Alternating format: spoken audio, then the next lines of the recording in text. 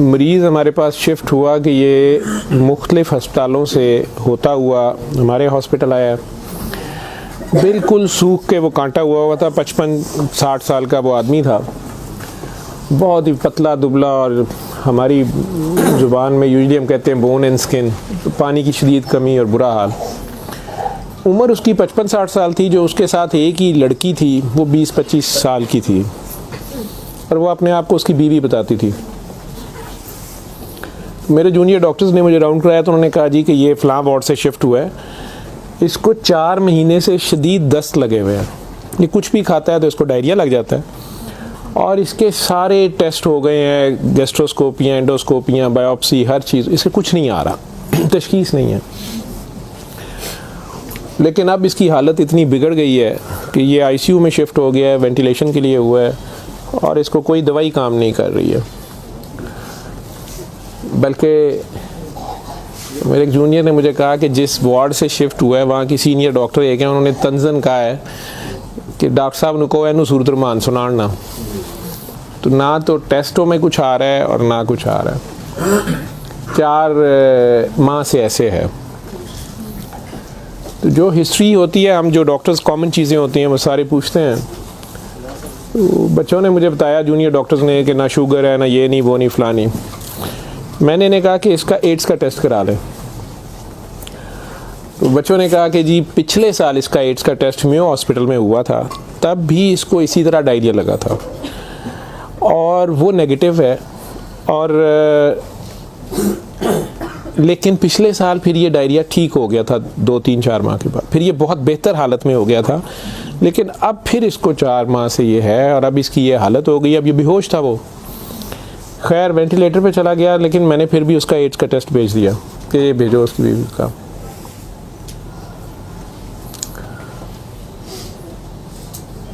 सूरह रहमान हमारे आईसीयू में वैसे ही लगती है, सुबह दोपहर शाम, कई बार मिस हो जाए, दिन में कम से कम एक बार ज़रूर लग जाती है। कोई ना कोई डॉक्टर नर्स ड्यूटी अपनी समझ के इसको लगा देते हैं। वो भी लग रही थी, सारे पेशेंट्स थे। जहाँ तक जितनी मेरी याददाश्त साथ देती है कि तीसरा दिन था तो मेरी जूनियर डॉक्टर का मुझे फ़ोन आया, बड़ा पैनिकी। उसने कहा कि सर ये पेशेंट जो है इसकी हालत तो ख़राब ही है, वैसे ही है, बेहतर नहीं हो रहा ये वाला पेशेंट, इस पर अचानक एक चेंज आई है कि ये सूरह रहमान जब भी लगती है, मैंने नोट किया है, लेकिन नर्सेज सुबह से बता रहे थे, लेकिन मैंने ये नोट किया अब कि जब भी लगती है इसके नाक और मुंह से वैसे उसके पाइप डाला हुआ था, फेफड़े, हम सांस उसको मशीन, सांस वाली मशीन से जो है ना वो उसके लिए पाइप डाला हुआ था, नाक में भी एक नाली थी मैदे के लिए, बेहोश था।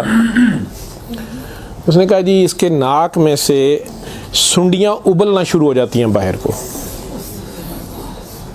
और नर्सेज इसके ऊपर ड्यूटी करने से तंग हो रहे हैं। तो अब शक्कर एक मशीन होती है जिससे हम मरीज़ के अंदर से एक बलगम निकालते हैं जो नेगेटिव प्रेशर से सक करती है। तो सर इसको हम सक करते हैं, लेकिन ये नहीं समझ आ रही कि ये कहाँ से आ रहे हैं। मैंने कहा इसके मैदे से खींच के देखें, उन्होंने कहा जी उधर से नहीं आ रहे। मैं कि इनकी सांस वाली नाली से आ रहे हैं, उसमें से भी नहीं आ रहे। लेकिन जब सूरह रहमान बंद करते हैं ये ख़त्म हो जाते हैं, ये बाहर नज़र नहीं आते। यहाँ हमारी हड्डियों में खाली जगह होती है, उन्हें हम साइनस बोलते हैं डॉक्टर्स। तो मैंने कहा यार फिर इसके ये साइनस से आ रहे हैं, और मेडिकली हम इसे मैगट्स इन्हें कहते हैं हम। शुगर का मरीज़ बेचारा आखिरी स्टेज पे, कई बार उसके ज़ख़म बहुत ख़राब हो जाए तो उसमें कीड़े कई बार पड़ जाते हैं इस तरह। लेकिन ये चीज़ मैंने नहीं सुनी थी, और ना ही उसकी कोई, ना वो शुगर का मरीज़ था ना कुछ और था। मैंने डॉक्टर साहब से कहा कि आप जो है ना इसका ये तो अब एंटीबायोटिक्स जा रही हैं, सारा कुछ जा रहा है, वैसे इसके एड्स के टेस्ट का पता करें वो कब तक आएगा। तो मुझे लग रहा है कि इसकी क़ुव्वत मुदाफ़ियत कोई नहीं है, और ये कीड़े इस तरह पड़ गए। अगले दिन जब मैं राउंड पे आया तो मुझे एक और कहानी पता चली। उन्होंने कहा जी कि इसकी बीवी जो है ना उसने कल रात को हमारी स्टाफ से लड़ाई की है, और वो क्रिश्चियन हमारी जो स्टाफ है नॉन मुस्लिम, शायद उन्हें बड़े गुस्से में उसने कहा कि तुम लोगों ने हमारा मरीज़ ख़राब कर दिया और कीड़े डाल दिए हैं, आप लोगों की केयर अच्छी नहीं है। थी वो बिल्कुल लोअर सोशियो इकनॉमिक स्टेटस से, पुअर, जो अनपढ़ तबका जिसे कहते हैं। तो कहती जी उसने काफ़ी शोर डाला है कि मेरा मियाँ तो बिल्कुल ठीक ठाक था, ये कीड़े आप लोगों ने 3 दिन के अंदर डाल दिए हैं। तो वो डॉक्टर साहब कहने लगे कि बड़ा अच्छी दलील दी है। जो ड्यूटी नर्स थी वो इसको कहने लगी है कि इधर आओ, बल्कि उस नर्स ने हमारी ने नोट किया कि ये सूरह रहमान जब लगती है तो ये ऐसे होता है, तो उसी ने डॉक्टर को मेंशन किया। लेकिन ये औरत शोर डाल रही थी, उन्होंने उसको दूसरे 2 मरीज़ों के पास ले गए जो हमारे पास 5-6 महीने से बेहोश, एक के सर में चोट थी तो उसके दिमाग ख़त्म हुआ हुआ, एक को वैसे फालिज से दिमाग ख़त्म हुआ था, तो उन्हें घर भी नहीं ले जाया जा सकता था, तो 4-6 माह से वो हमारे पास आईसीयू में है। तो उन्होंने उन्हें कहा कि ये देखो, अगर कीड़े पड़ने होते तो ये 6 महीने से हमारे पास हैं, तो इनके तो ज़ख़म भी नहीं है, पीछे बेड सोर बन जाते हैं, कुछ भी है, तो आपके मरीज़ को ये हमने 3 दिन में करना था, तो इनकी कोई बीमारी ऐसी है और हमें एड्स वाला वो जो भी उन्होंने कहा कि जो टेस्ट हमने आपको दिए हैं ना कि करा के लाएं बाहर की लेबॉर्ट्री से या कहीं अंदर से, वो हमें ला के दो जाम से रिपोर्ट है। उसने कहा जी वो काफ़ी वैसे एग्रेसिव है, तो लेकिन उसके अलावा कोई और रिश्तेदार इसका है ही नहीं है और वो कोई चीज़ ला भी नहीं रही, दवाइयाँ भी हमने खुद अपने फ़ंड से शुरू कर ली हैं, इसका करना क्या है। और मसला ये है कि ये जिस वक्त सूरह रहमान लगती है तो ये कीड़े इसके अब तो आँखों से भी कुछ निकले हैं, तो इसके नाक और मुंह से उबलना शुरू हो जाते हैं, लेकिन जब हम बंद करते हैं थोड़ी देर बाद वो मुंह में कहीं नज़र नहीं आते। तो हमारा ये ख्याल था कि सूरह रहमान बंद कर देते हैं। इसकी बीवी ने भी कहा कि ये तुम लोग फिर बंद करो, पता नहीं क्या तुम लोग लगाते हो। तो वो जो हमारी नॉन मुस्लिम सिस्टर थी, उन्होंने उसे कहा कि मेरी बात सुनो, मुझे नहीं पता इसे क्या बीमारी है, लेकिन वो इसे प्रेयर कहती थी। उन्होंने कहा जब ये प्रेयर लगती है ना, ये कीड़े इसको छोड़ के भागते हैं, ठीक है, तो मैं तो कहती हूँ इसको 24 घंटे यही सुनाई जाओ। जब मैंने ये बातें सुनी तो खैर मैंने कहा कि इसकी बीवी को कहो कि वो रिपोर्ट का या हमें रसीद दे दें, हम खुद अपने तौर पे पता कर लेते हैं। वो मेरे राउंड करने के बाद वो बंदी खुद ही आ गई मेरे पास। वो मुझे नहीं पता था कि वही सिस्टर ने उसकी बिठा के कहीं काउंसलिंग की थी। उसे उन्होंने कहा कि इसको हमें शक है कि एड्स ना हो, कि इसकी कुव्वत मुदाफ़ियत नहीं है, इस तरह कीड़े इसको पड़ गए हैं, कुछ हो गया, शायद कमज़ोरी से हो गया, बीमारी की कमी से हो गया। तो ये उसका हम पता करना चाह रहे हैं, अदरवाइज़ तो जो दवाइयाँ हैं वो वही रहनी है। कुछ तरह की उसने बात की, कहती कि वो डर गई है थोड़ी सी और वो कहती मैंने बड़े डॉक्टर साहब से कोई बात करनी है। बहरहाल अब मुझे जितना याद है, मैं 1 साल बड़ी सोचा है इसके ऊपर कि मैं इसको बयान करूं या ना करूं लोगों के सामने। उस औरत ने बड़ी खौफनाक कहानी मुझे सुनाई। जब उसे ये डर पड़ा ना कि इसको एड्स ना हो और उसको ना एड्स लग गई हो, अब वो मुझे कहने लगी इधर कमरे में आके कि डॉक्टर साहब ये जो मेरा मियाँ है ना, ये असल में जादूगर है। मैंने कहा आपने तो पहले दिन लिखवाया कि ये रिक्शा चलाता था और रिक्शा ड्राइवर है। उसने कहा जी ये रिक्शा ड्राइवर तो है, लेकिन ये जादूगर है, काला जादू करता है, लेकिन करता कुरान से था। मुझे हंसी आ गई, मैंने कहा कुरान से काला जादू कैसे हो सकता है। बहरहाल टू कट इट शॉर्ट, उस औरत की हमारे वो डॉक्टर्स ने मुझे, चूँकि वो वीडियो मेरे पास वो सिर्फ पड़ी है जिसमें वो कीड़े प्लेट में हमारी उसे हम डिश कहते हैं, उसमें वो निकाल के वो डाल रहे थे, तो मुझे उन्होंने भेजे कि इसका करना ये क्या है। पहली रात जब उन्होंने मुझे मैसेज किया रात को व्हाट्सएप पे, तो वो वीडियो मेरे पास पड़ी हुई है। औरत ने मुझे बताया जी कि मैं खुद किसी की बीवी थी, उसकी माँ मुझे बड़ा तंग करती थी और मैं चाहती थी कि ये मेरे अंडर आ जाए। मुझे किसी औरत ने, दूसरी ने बताया, हमसाई ने बताया कि ये खामन तुम्हारा गुलाम हो जाएगा, तुम इसके पास चली जाओ। बाकी तफसीलात में मैं नहीं जाता, जो कुछ उसने मुझे बताया, उसने कहा जी कि ये इसका जादू का तोड़ ही नहीं था और इसका काम लाजमी इसका होता था, ये जैसे भी करता था। तरीकाकार उसने क्या कहा जी, इसने कमरे में अंदर एक गाँव तकिया रखा होता था, उसके ऊपर इसने वो जिस तरह स्माइली होता है, जो मुझे समझ आई कि उसने कोई बुत सा बनाया हुआ था, उस कमरे में ये बिठाता था और वो लोगों को पहले तो कुरान शरीफ ही पता नहीं पढ़ने वो कहता था, कुछ करता था, फिर उनकी बात सुनता था, सारा कर करा के जो मुझे उसका तरीका वारदात समझ आया या जो भी था। उसने कहा जी कि जो गरजमंद होता था ना, वो दीवाना, औरतें बड़ी दीवानी होती थी, ठीक है, या यंग लड़के लड़कियां कि मेरी वहाँ शादी हो जाए, वहाँ हो जाए, औलाद हो जाए, कई लड़के आते थे। तो जो उसने सबसे गंदी बात मुझे बताई, बड़ी फजूल जो उसकी हरकत थी या जो भी, वो इस्लाम तो हो ही नहीं सकता। उसने कहा जी ये उन औरतों को और अपने बारे में उसने कहा कि मैंने भी ये गलती की, मेरे से भी ये गुनाह हुआ, लेकिन मुझे गुनाह स्वाब का इतना नहीं पता था। तो ये पहले वो तकिए को सजदा कराता था, खुद उसके पीछे खड़ा हो जाता था। फिर वो कहता था कि ये असल में तुम लोगों पे काला जादू हुआ है, इसको तोड़ने के लिए पता नहीं नूरी बड़ा ज़रूरी है, ठीक है। फिर वो हमें कहता था कि वज़ू करके आओ, ठीक है। वज़ू करके आते थे, वो पता नहीं कौन सी सूरत पर वो कई सूरतें मिक्स करता था। ये सब करते कराते 1-2 सेशनों के बाद कुछ नहीं लेता था। फिर जो ज़्यादा लोग अपने काम के पीछे दीवाने होते थे, उनको वो बताता था कि इसमें बड़े पैसे भी लगेंगे, ये जान पे खेलना पड़ना है, पता नहीं क्या करना, और तुम्हें भी मेरे साथ करना पड़ेगा, इसमें बड़ा कुछ जो है ना रिस्क है, लेकिन काम तुम्हारा हो जाएगा। वो जो भी उसकी कहानियाँ थीं, जो उसको बाद में किसी और वजह से पता चली, जो मुझे वो बता रही थी कि जी ये औरतों के साथ भी और यंग लड़कों के साथ या मर्दों के साथ भी गलत काम करता था। फिर उन्हें अपना गंद खाने पे मजबूर करता था।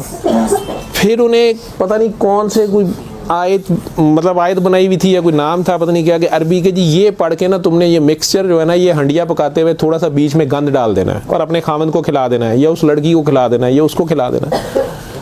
तो मैं अपने खामन के साथ ये सारा कुछ किया मैंने।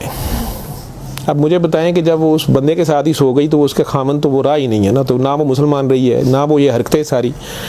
अब उसके बाद बकौल इन खातून के, इस लड़की के, कि जी वो खामन जो मेरा था उसमें तो तब्दीली नहीं आई, उसने मुझे फुल मारना शुरू कर दिया। और मुझे इसकी, मेरे तड़प इसकी तरफ भागती थी कि मैं इसके पास आऊँ। तो फिर मैंने इसके पास वैसे आना शुरू कर दिया कि मैंने तुम्हारे साथ शादी करनी है, मैंने उधर से तलाक लेनी है, मैंने ये करना है, वो करना है। तो मैं उन्हें बताए बगैर इसके पास आ गई। इसके साथ मैं 6 माह रही। इसने कहा कि फिर ऐसे ही रहना पड़ेगा, और इस सारे काम में मैं शामिल हुई। तो इसने वैसे मुझे कहा कि निकाह हो गया है हमारा, कुरान शरीफ पे इसने निकाह किया। उसने कहा हम दोनों की रजामंदी निकाह है, वो पीछे से तलाक लेके नहीं आई, ठीक है। उसके बाद इसको ये डायरिया लग गया। डायरिया लगने के बाद ये कहती है कि जी मेयो अस्पताल में जब हम थे 4 महीने हमें हो गए और बुरा हाल था इसका पिछले साल। तो ये एक दिन मुझे कहने लगा कि मैं कहता हूँ कि मैं अल्लाह से तौबा कर लूँ,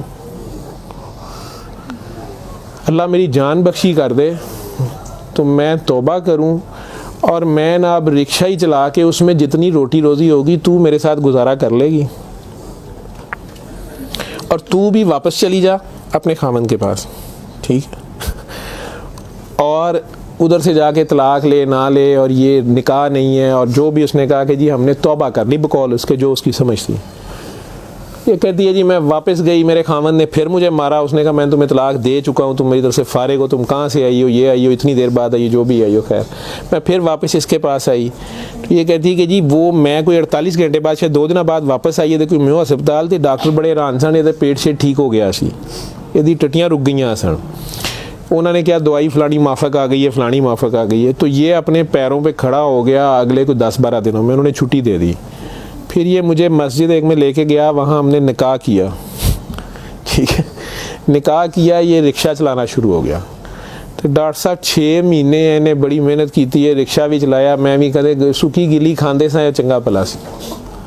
पर डॉक्टर साहब दुनिया बड़ी जालम है, यदी शोहरत सी दुनिया पिछे पैंदी सी, कहना सी मैं काम छड़ छड़िया है। डॉक्टर साहब हूँ फिर एक बच्ची आई, तो बड़ी सोहनी सी, वो बड़ी रोंदी सी, ਉਹਦਾ पता नहीं की मसला सी। डॉक्टर साहब ने ਉਹਦੇ ਨਾਲ फिर वही काम शुरू कर लिया। इन्हें फिर वही काम शुरू किया है।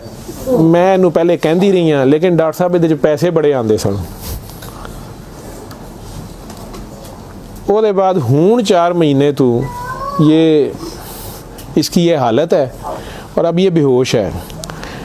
अब मैं अल्लाह से तौबा करना चाहती हूँ, अल्लाह मुझे माफ़ कर दे, मुझे तो समझ नहीं थी, तो मुझे माफ़ी ले दें, और इसका अब क्या बनेगा और क्या नहीं बनेगा।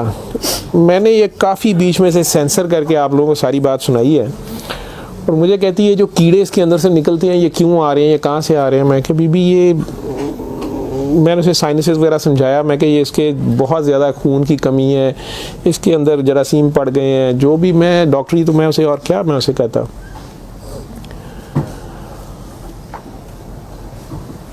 और उस वक़्त सारी बात सुना के तो उसने वो रिपोर्ट अंदर से निकाली और मुझे कहती है जी ये रिपोर्ट में तो इसको HIV की रिपोर्ट थी कि जी वो ਉੱਥੇ ਰਿਪੋਰਟ ਵਾਲਿਆਂ ਮੈਨੂੰ ਕਿਹਾ ਕਿ ਡਾਕਟਰ ਸਾਹਿਬ ਨੂੰ ਫੌਰਨ ਜਾ ਕੇ ਦਿਓ ਤੇ ਤੁਸੀਂ ਉਹ ਲੈਬੋਰਟਰੀ में कहीं पूछती रही तो उन्होंने कहा जी ਤੁਸੀਂ ਉੱਥੋਂ ਜਾ ਕੇ ਪੁੱਛੋ ਤੇ ਮੈਂ ਦੱਸਿਆ ਮੇਰੇ ਖਾਵਨ ਦੀ ਆ ਮੈਨੂੰ ਦੱਸੋ ਉਹਨੇ ਕਿਹਾ ਤੁਸੀਂ ਆਪਣੀ ਵੀ ਕਰਾਓ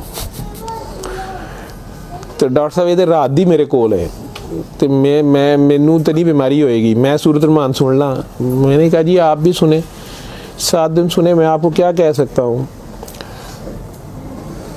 एक दिन वो और जिंदा रहा बंदा मर गया आखिर तक उसके कीड़े वो आते रहे उसी तरह जब भी वो सूरह रहमान लगती थी वो ऐसे होता था जैसे उबलते थे बाहर को नाक से उसके मतलब वो एक दो नहीं होते थे कि जिन्हें आप पकड़ के साइड पे कर दें मैंने बताया ना कि वो शक्कर मशीन रख के तो उससे वो शक्कर में हम शक करते थे उसको सारा वो मशीन में जाते थे लंबी सुनियाँ उसकी नाक से मुँह से और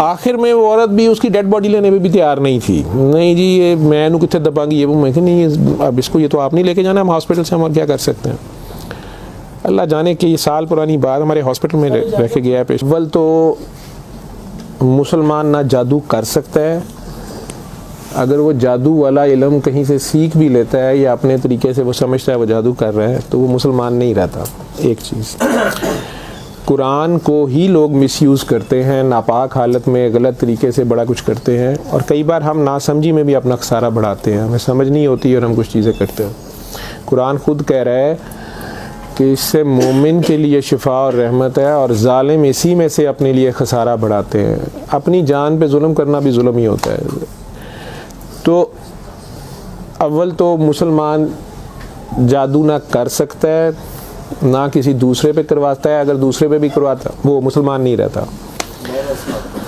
जब आप जादू के चक्कर में पड़ेंगे ये खुद शिरक है आप अल्लाह बनने की कोशिश कर रहे हैं ना आप अपनी मर्ज़ी के रिज़ल्ट्स लेने की कोशिश कर रहे हैं ठीक है माफुकुल फितरत तरीके से और फिर उससे ज़्यादा बड़ी बदबख्ती कि अल्लाह के कलाम को मिसयूज़ करके इशारा करके तो वो मुसलमान नहीं रहता मैंने उस दिन भी बताया था वो बच्ची अमेरिका से जो फ़ोन कर रही थी आप लोगों के सामने ही यहाँ मैंने उसे कलमा शहादत पढ़ाया था तो उसे दोबारा कलमा पढ़वाया था क्योंकि उसको पता नहीं था यहाँ वो आई तो वो उससे यही काम किसी और ने करवाया वो मुसलमान रह ही नहीं गई हुई थी और खामन से लड़ाई उसकी चल रही थी उनका आपस में फसाद हो जाता था ठीक ठाक प्रॉब्लम में थे उससे दोबारा से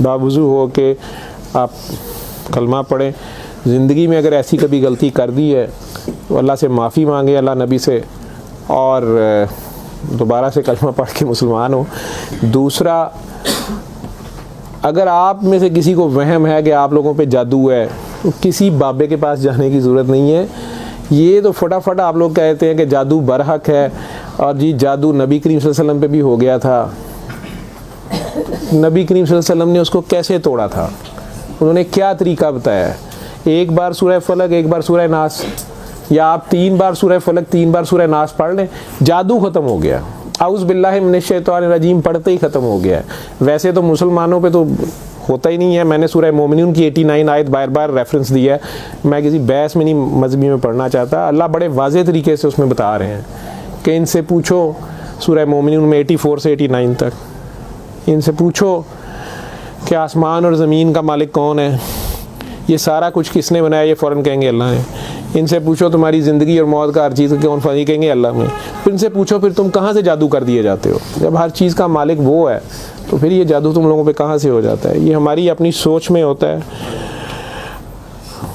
99% लोग तो साइकी के मरीज़ बने होते हैं और ये असल में आपस की नफ़रत होती है हमारी आपस की नफ़रत हसद कीने बुग़्ज़ लालच हवस ये जो हमारी सोच की लहरें हैं ये ज़रूर एक दूसरे को डिस्टर्ब करती हैं ये नज़र लग जाती है माँ की नज़र अपने बच्चे को लग जाती है प्यार से ही देख ले उसको ज़्यादा एनर्जी चले गई बीच में माशाल्लाह नहीं कहा फोकस अल्लाह से हटा बच्चे पे गया आपका तो अल्लाह के रेफरेंस से उस बच्चे को देखें कि माशाल्लाह मेरा बेटा कितना प्यारा तो फिर नज़र नहीं लगती है ये बातें आपको समझाई गई हैं कि फोकस आपका अल्लाह रहे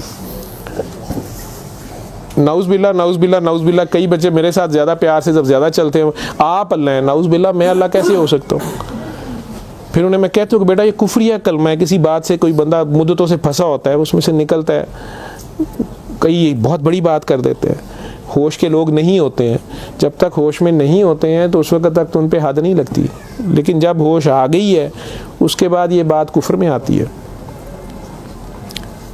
और अल्लाह ये बर्दाश्त नहीं करता। आप नासमझी में भी कर रहे हो, बच्चा नासमझी में भी उल्टी सीधी हरकतें कर रहा हो तो माँ तो कान पकड़ लेती है, उसने भी उसे सिखाना तो होता है, उसे साबित तो कराएगा, पहचान तो करा के छोड़ेगा अल्लाह कौन है, अल्लाह कहाँ है। ठीक है, आयतुल कुर्सी का मतलब है कुर्सी की निशानी, कुर्सी का इशारा। ठीक, जब आप खौफ की हालत में हैं तो वो पढ़ लें, या आपको लगता है कि हमें कोई मसला ना हो तो पढ़ लें। तो उसका मतलब ये नहीं है कि वो आयतुल कुर्सी के लफ्ज़ या आयतुल कुर्सी के वो आपकी हिफाजत करते हैं। उसका मतलब क्या है, अरब्स को तो पता चलता था पढ़ते हुए कि वो क्या कह रहे हैं। तो वो सारी अल्लाह की हम्द और अल्लाह की शानें बयान हो रही हैं। तो कुर्सी की बात तो हो रही है कि कुर्सी ज़मीनों आसमान पे हर तरफ वो है, तो असल में तो कुर्सी वाले की बात हो रही है। तो जो कुछ करना है कुर्सी वाले ने करना है। तो अगर कुर्सी वाले से आपका ध्यान हट गया, ठीक है, तो आप कुर्सी की पूजा शुरू हो गए, तब भी फंस गए आप।